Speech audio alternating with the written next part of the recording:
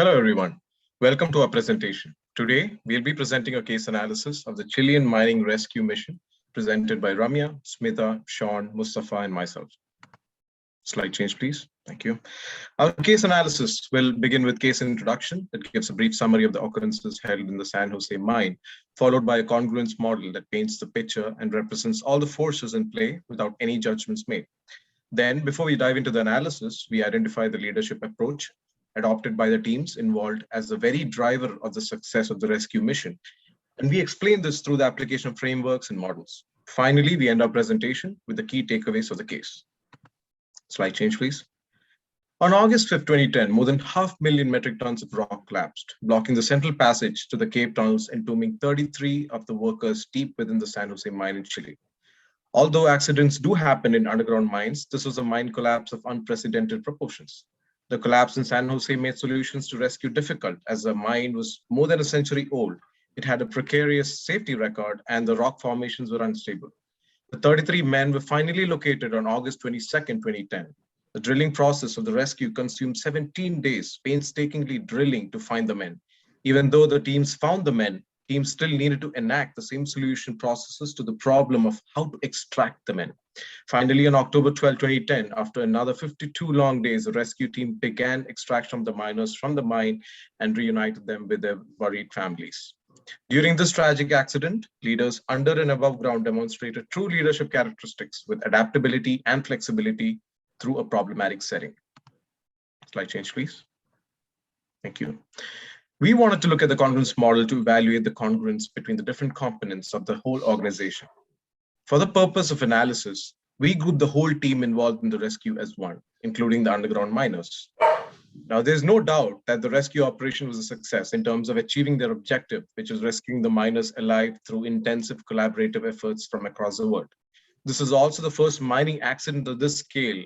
There was no opportunity for comparative analysis, which called for an incremental decision-making approach. This allowed the rescue team, which comprised of engineers, geologists, drilling specialists, to execute plans, embrace mistakes, and collaboratively learn from them quickly enough to do it better at the face of every setback they faced. The miners underground approached the challenge of being able to sustain life through coalition, voluntary leadership, and decision learning. Both under the ground and above ground teams were observed to have a highly organic structure, and this structure proved to work effectively both underground and above ground, as it facilitated a platform for knowledge sharing and fast execution. However, this also created complexities because of the blurry lines of authority between the government and technical team on one side and the workers' insurance company on the other.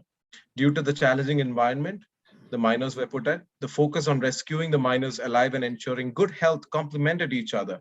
But the incentive that drove the medical appointees to perform the task that they did may not have been exactly aligned with the overall strategy of the rescue, which is also about ensuring a healthy psychological state of mind for the miners, which was worsening from the impact of media and the approach adopted by the appointee of the insurance company. The fact that the prime cause of the accident was a lack of safety practices at the San Jose mine, the team above ground had the onus to handle the sensitive situation carefully by acknowledging the external factors and achieve their objectives, all while recognizing the good work done underground without any communication, fostering mutual trust through coalition and aligned incentives. Now, Ramya will walk us through the contingency framework. Over to you, Ramya. Thank you, Karthik. The following two frameworks mainly focus on the above ground imperatives. We thought that the Chilean mining rescue fit into category or cell 3 in the contingency model, where the solution was highly uncertain, yet the problems and standards of performance were certain. For President Piñera, the challenge was that the government was not technically supposed to get involved in the rescue effort.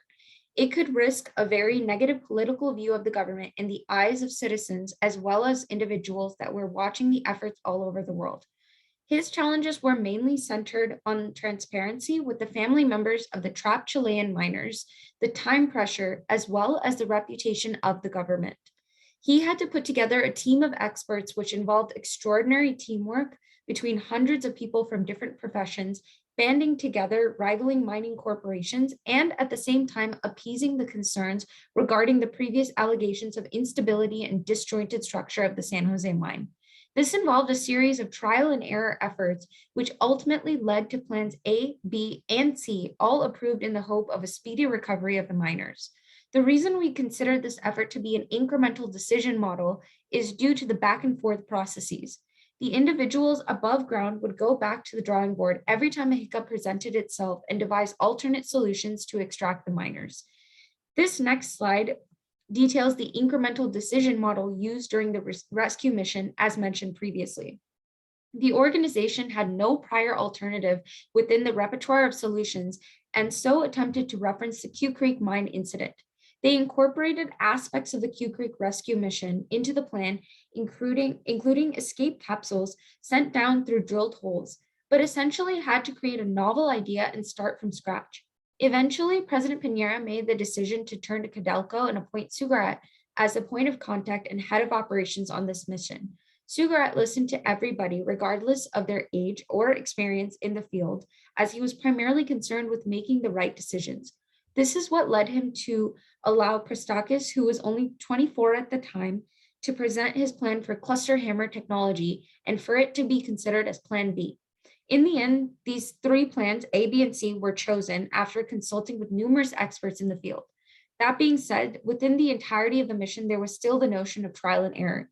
Anytime an issue would arise, the team would go back to the drawing board and take each challenge as it came. This is commensurate with the dynamic factors of the incremental decision model itself, which shows lines running back toward the beginning of the decision process. These lines represent loops or cycles that take place in the decision process and signify that minor problems that arise force a loop back to an earlier stage.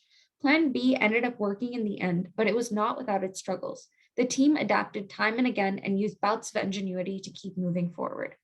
Next, Sean will go through the GRIPPY model. Right. Under such an urgent situation, it was important for both the miners underground and above and the group above that team dynamics were optimized for high performance. Above ground, the GRIPPY model reveals why the team was built to succeed. Regarding goals, President Piñera made it clear that the current sole goal was to rescue the trapped miners. Legislation and investigation into the mine's operations would wait. This clear goal avoided misalignments and contradicting priorities between members of the rescue operation. When it comes to roles, the government created clear roles in its assignment of separate leaders. In initial meetings, in fact, Sugarow and Aguilar clearly outlined the respective roles of staff and themselves, and this clear definition of roles brought accountability and efficiency. As far as processes, different plans emerged, plans A, B, and C. And despite these many plans, the processes for saving these miners were clear. Each plan would work semi-independently to achieve the fastest progress possible. For interpersonal relationships, which underpin the entire GRIPPY model, it was clear that the collective goal of saving the miners provided strong enough that each plan's team would communicate and help the other team.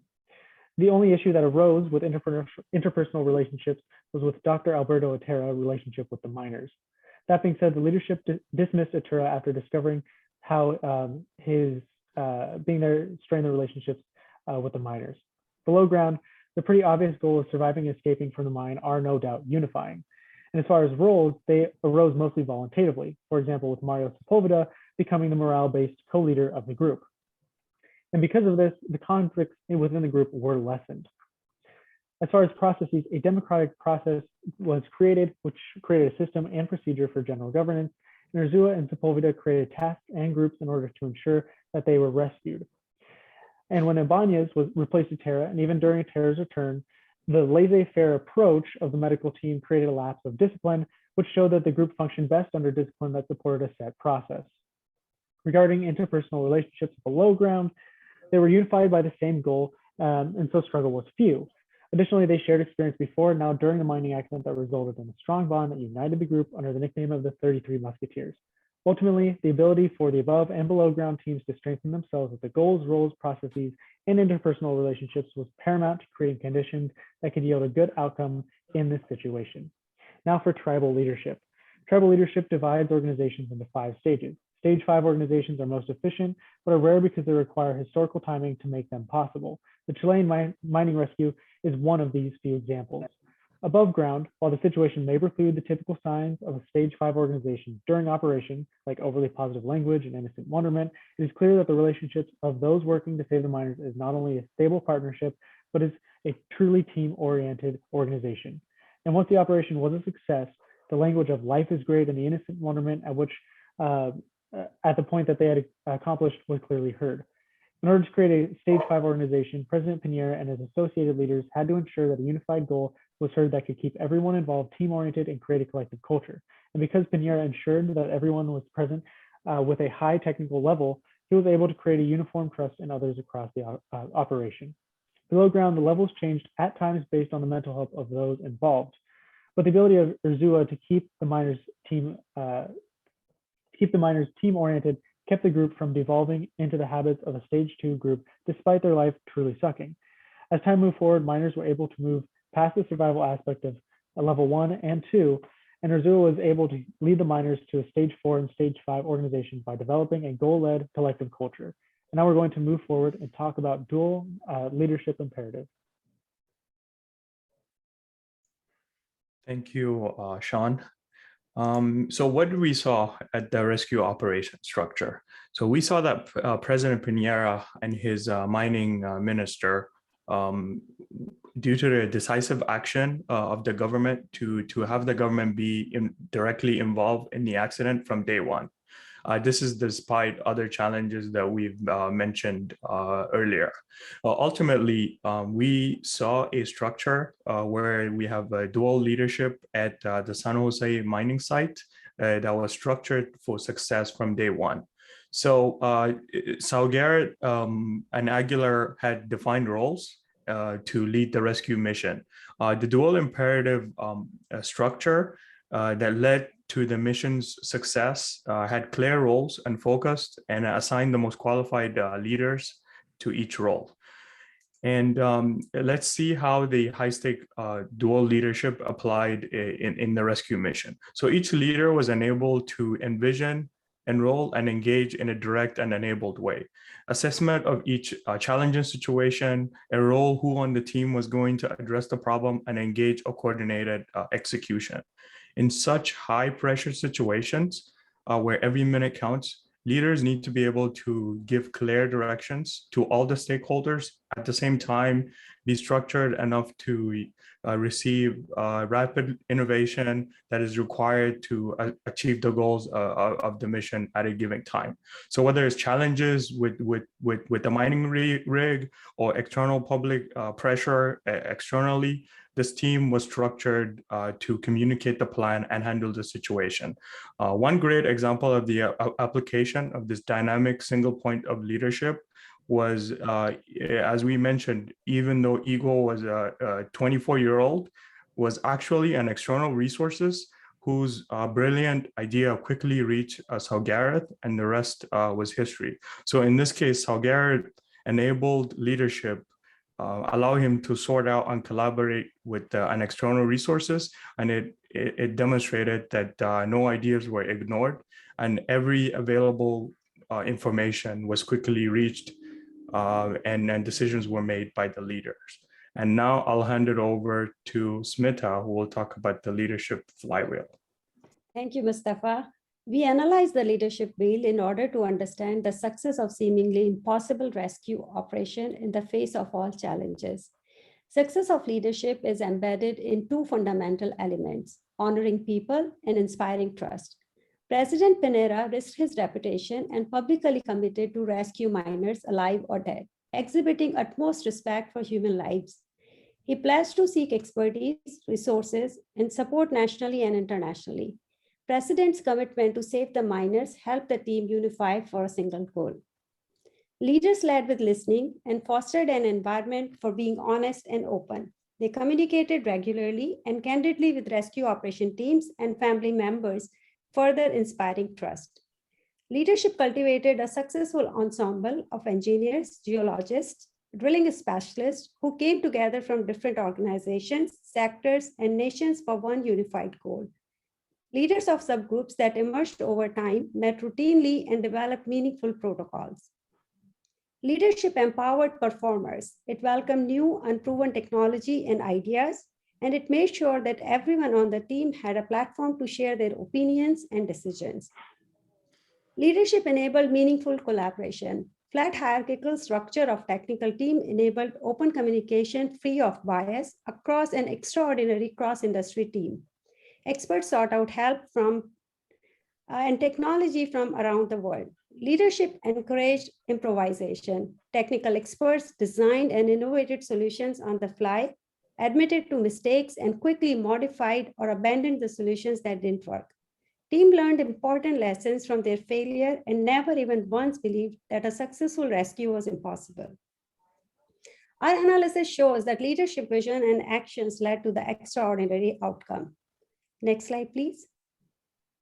Chilean miner rescue exhibited a remarkable collective action towards a common goal, and that good leaders matters, especially in time of crisis. We would like to conclude our presentation with a quote from Simon Sinek.